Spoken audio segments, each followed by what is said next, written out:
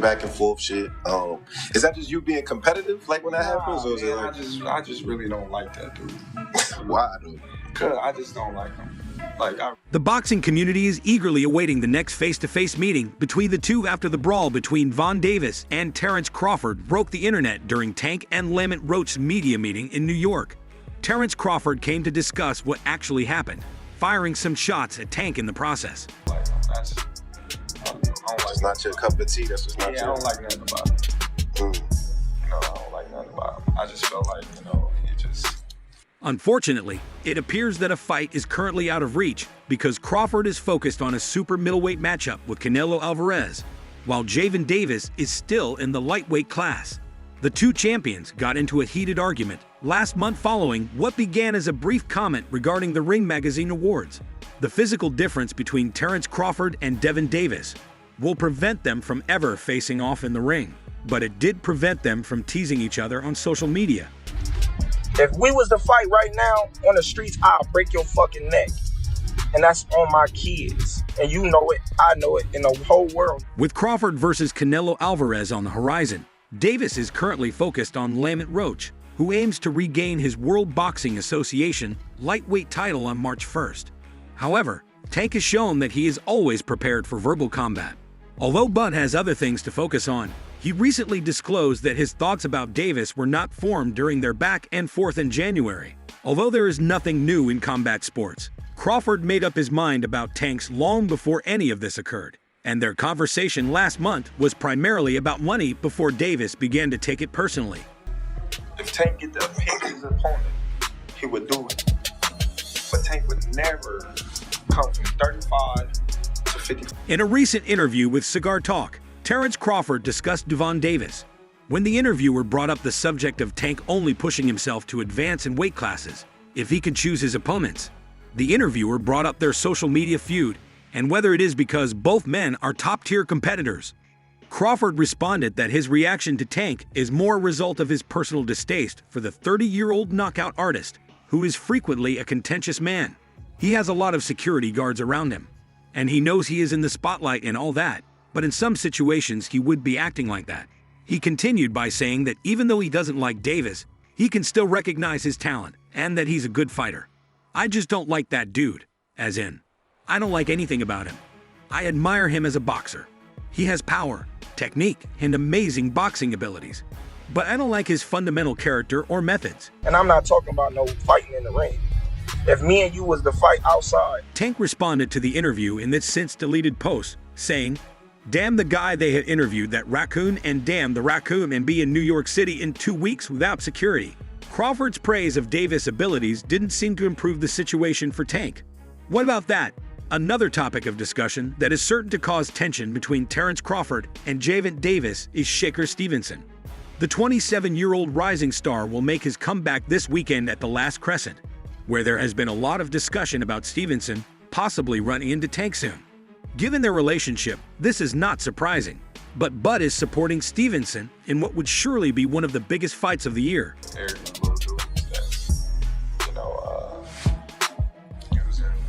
Using what he got to shield him. He got a lot of security guards around him. Also make his prediction about how he thinks the fight will proceed during the same interview. "We will remove his personality and personal matters from it, but Shakur is a different fighter. He is undoubtedly gifted and respected in boxing.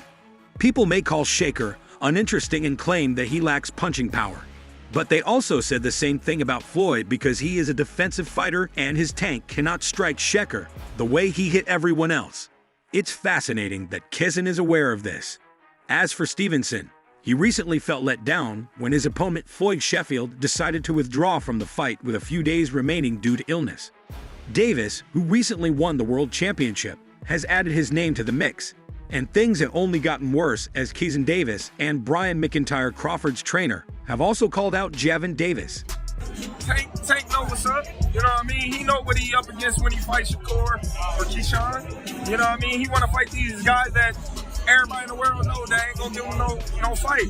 They not mentally there, you know what I mean? They might have a little skills here and there. Instead of taking on Sheffield Stevenson will now compete in the massive pay-per-view event in Saudi Arabia on February 22nd. where Josh Padley will fight Stevenson for the World Boxing Council World Lightweight title. English fighter Padley has a 1-15 record and has won 3 of his last 4 fights via knockout. In his most recent fight, the British fighter was a huge underdog and defeated Mark Chamberlain by unanimous decision.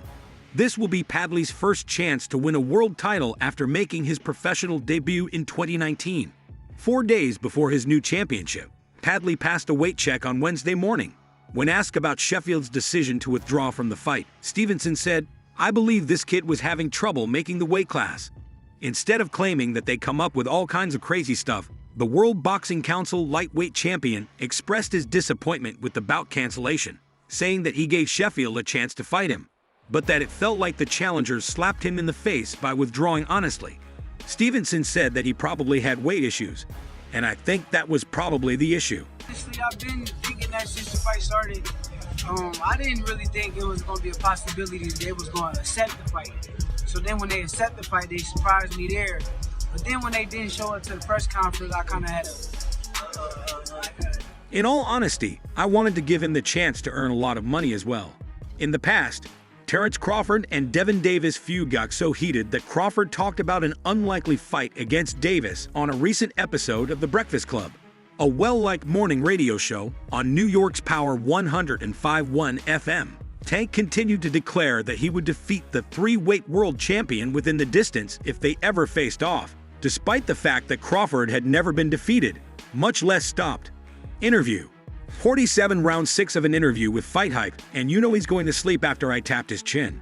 When you look at all the great fighters, they get called out by everyone from different weight classes, so it's nothing that surprises me. However, Tank is in his weight class for a reason, so I don't see him coming up to 147 to face me anytime soon. Bud laughed off the comments and explained that Davis was running at lightweight for a reason. Crawford informed co-hosts DG Envy and Charlemagne the God. Interview. There are levels, you know, and if he reaches 147 and thinks he's just going to knock out Terence Crawford, he's got another thing coming. He has the self-confidence to believe that he can do that because he's been knocking out all these fighters that he's been in the ring with. In order to win their Showtime pay-per-view, Davis dropped Garcia twice, once in the 2nd round and again in the 8th, the main event T-Mobile Arena on April 22nd. Since giving up his 140-pound World Fighting Organization and International Boxing Federation titles to compete in the 147-pound division 5 years ago, Crawford 35 has won by knockout or technical knockout over each of his 8 welterweight opponents. Interview. On his way to a 9th-round technical knockout, he knocked Spence down twice in the 7th round and sent him to the canvas for the first time in his 10-year professional career in the 2nd round. Triumph Crawford of Omaha is over 3 inches taller than Davis, who has defeated 93% of his professional opponents. Although his purse would be sufficient to force Crawford to accept the fight if it were offered, Crawford said that he would not be given credit for defeating Davis, since their high-profile bout would require Davis to jump up 2 weight classes. Interview. Crawford, a former lightweight champion for the World Boxing Organization, stated, "Yes, I'll stay at 147 for him, because that's a big money fight. Well, he was too small, and no one will give me credit. Instead, they'll say, oh man, you beat up a little guy that fights at 135. Tank is about 5'5", and while he can punch, it's not that he can't punch in any weight class, because we can see that he can punch. However, what kind of recognition will I receive for beating up Tank? Many people don't realize that 135 and 147 is a big jump, which is equivalent to almost 20 pounds. But 12 pounds is a big jump." Interview. Unexpectedly, Crawford is going to make the same leap that he did when he made fun of Javant for discussing his accomplishments and plans for the future on the Joe Rogan Experience. When Crawford discussed possible fights with Canelo Alvarez, he said, "It's great, this is my era, and I'm taking it, ain't nobody going to stop me." He added, "Now that I've switched gears, I know I want to fight Canelo. I've always said that's a big step, but for a person to go up 3 weight classes from 147 to 168 lbs, and to win and to become undisputed, what can they say?" The discussion went on, with Crawford mentioning 3 times undisputed champion, and the smaller fighter who moved up 3 weight divisions to defeat one of the baddest men aside from himself, or